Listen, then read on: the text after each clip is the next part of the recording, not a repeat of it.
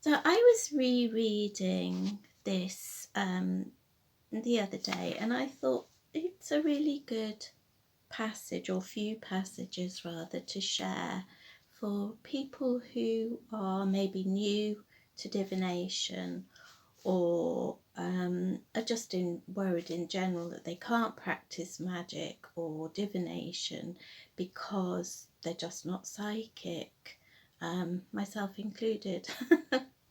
So here we go. This is from, which I have mentioned in another video I did, I think. It's a great book, and I do refer to it quite often. It's all about the Golden Dawn practices, obviously, as you can see. I hope you can see that. It's Peregrine Wild Oak. So this is where he's a Golden Dawn practitioner, as well as an initiate of Wicca and other magical traditions. So he's a fairly experienced chap. Anyway, here we go. Let's read out what he was saying. So over the past 50 years, there have been literally thousands of books published and techniques devised to develop psychic powers, which are latent within everyone. But in short, not everyone is psychic to any degree of usefulness, and certainly not consistently. Psychic awareness appears to be a particular mode of inner awareness, often developed from an early age, but also often developed following a traumatic event. So some people may experience a temporary expansion of their psychic awareness and abilities following the shock of such an event, only to lose them later. And while it may be true that everyone can develop these powers to some degree, the time and effort required, which is considerable for most people, far outweighs potential benefits gained. The Society for Inner Light, founded by the most significant magician of the 20th century. Now you would think he was going to say Aleister Crowley there, weren't you? I was, but he says Dion Fortune, who I adore. Had this to say concerning psychic awareness.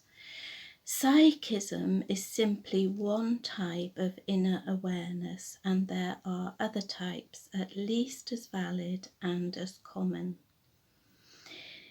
He goes on to say it's quite possible to practice divination, and I'm going to add in here, and magic, and obtain good results without being psychic.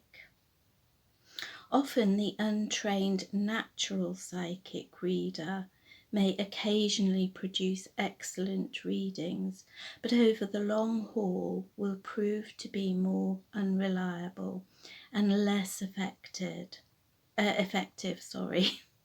as someone trained in divination, but uses other forms of inner awareness. So we're going to continue now, and he's talking about intuition. So intuition is a mode of inner awareness that is shared and used every day by most of us. It is the feeling we get that someone is lying to us, the hunches we get, and when we know, in inverted commas, when our child is up to something. And all parents out there will understand that one. There's nothing mysterious about this form of inner awareness. We all know it, though some people choose to listen to and focus upon it more than others. We call it an inner awareness because it's not something that can be readily explained in outer terms by pointing to or describing material events. From a magical and Kabbalistic framework, this form of intuition takes place in the Sephirah of Yesod. If you're not familiar with Kabbalah, just hold tight in there for a minute if we go past it. On a universal level, this sphere is the foundation for the material life and consciousness. One of the spiritual experiences or states of inner awareness traditionally ascribed to Yesod is that of the vision of the machinery of the universe. And this is a glimpse into how things really work, an awareness of hidden connections and movements that manifest as physical change. So in the sphere of Yesod, which is just above Malkuth, which is what the Kabbalists call the material plane, the earth that we live and function on, Yesod is that layer just above Malkuth, where it's almost like he's talking about a sort of a glimpse behind the scenes of where things may or may not filter down into Malkuth, into the material plane. And he does bring up a really good point in a moment. When we're being intuitive, our consciousness is operating not only in this realm, Malkuth, but also partly in Yesod.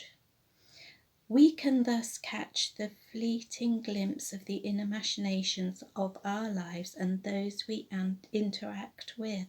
And this is because whenever we interact with people, we do so within the inner realms also. So that's quite interesting, isn't it?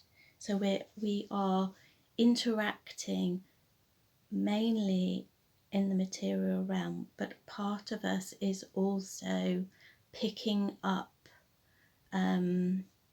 information from that higher realm. So we're plucking it out without even knowing. But there are obviously dangers. Often we are correct in our intuitions, but still wrong, because not all the forms and ideas in Yesod are actually birthed onto the material plane, into Malkuth. So in one sense we are wrong, but in another sense we may still have correctly perceived that flow of energy and events in Yesod. It's just that they haven't fully materialized into. It's almost like a plane of possibilities and probabilities, more like probabilities really at Yesod level, but they may or may not come down. So that's why sometimes I think we can say, well, I really had a strong feeling that this or that was the motivation, or this or that was going to happen, but it didn't, so I can't trust my intuition. And I think this is a really good explanation of why that may sometimes be the case, and also why you should listen to your intuition, but also be aware that it's not always going to manifest.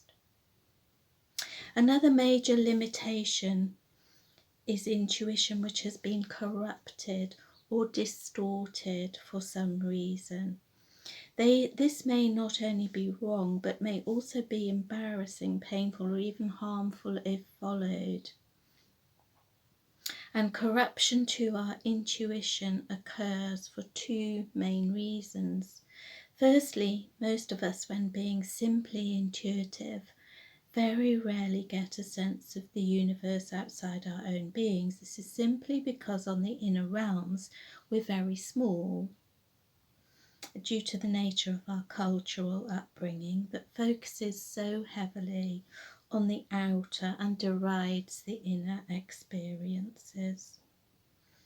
Our intuitive powers then may be very good for our own lives, but limited and inaccurate beyond them. And the second and major cause of corrupted intuition is due to the nature of Yesod being the sphere of the unconscious and the malleable astral, a substance whereby we will find our own unconscious wishes and ideas forming before us.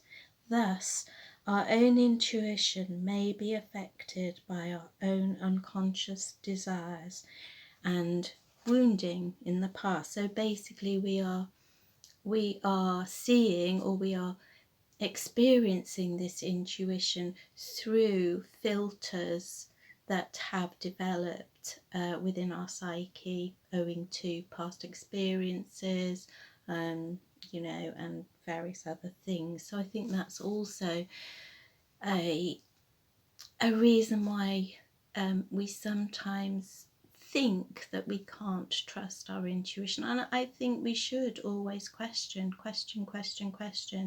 It may be correct, it may not be, but that's not to just throw out the whole thing as nonsense. So I think that's a very good point too. Now he does give us a little clue, a little way of testing our intuition here, which is going to be useful. So if we perceive something intuitively on the inner plane, there will be an outer plane manifestation of what we perceived. For example, if we perceive that a person we have just met is an advanced spiritual teacher, well, that would be nice, wouldn't it? Then there should be an outer plane manifestation of that awareness. So, if they do not display the traditional qualities of compassion, honesty, strength, integrity and humility, so that's what you're looking for if you want a guru, then we can easily conclude that our intuition was corrupted, perhaps by our own need for a father or mother figure. What this means is that we do not undertake material and outer action prompted solely by our inner awareness, by that intuition. We do not attack someone either verbally, through gossip or otherwise, simply because we intuit their ill intentions. Often when we look at it closer, we may find that we are projecting onto them our own negative qualities. And he says here, all of the great magicians, that's a very sweeping statement, have asked for material confirmation of received information before acting, and often received it. The function of intuition is part and parcel of the human condition. It is, however, often atrophied to a remarkable degree in many people through disuse. The correct practice of any form of divination will reawaken and strengthen it. So that's why we might choose to have a daily practice of pulling a tarot card. Or another interesting idea is to do a backwards review. This comes from a Rosicrucian practice where they would go back through their day step by step to just review what has happened during that day. It's a very simple practice, but quite time consuming, I would imagine. And a good tarot alternative, which I do sometimes use, is to pull a card, rather than pulling a card in the morning, is to pull a card in the evening and see what that card has to say about the day that has just gone. And this is a great way of developing that intuition and becoming more proficient with readings, really, I think. Now, I'm not going to go into it here because this would be far too long otherwise, but he does go on to describe the next level of intuition as being what is called, or probably what's called in the Golden Dawn, inspired intuition. And this is far more akin to psychism, and it's coming from the heart.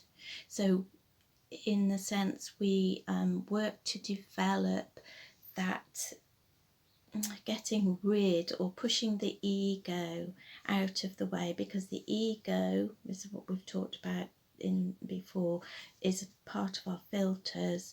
It can get in the way and it can skew our perceptions.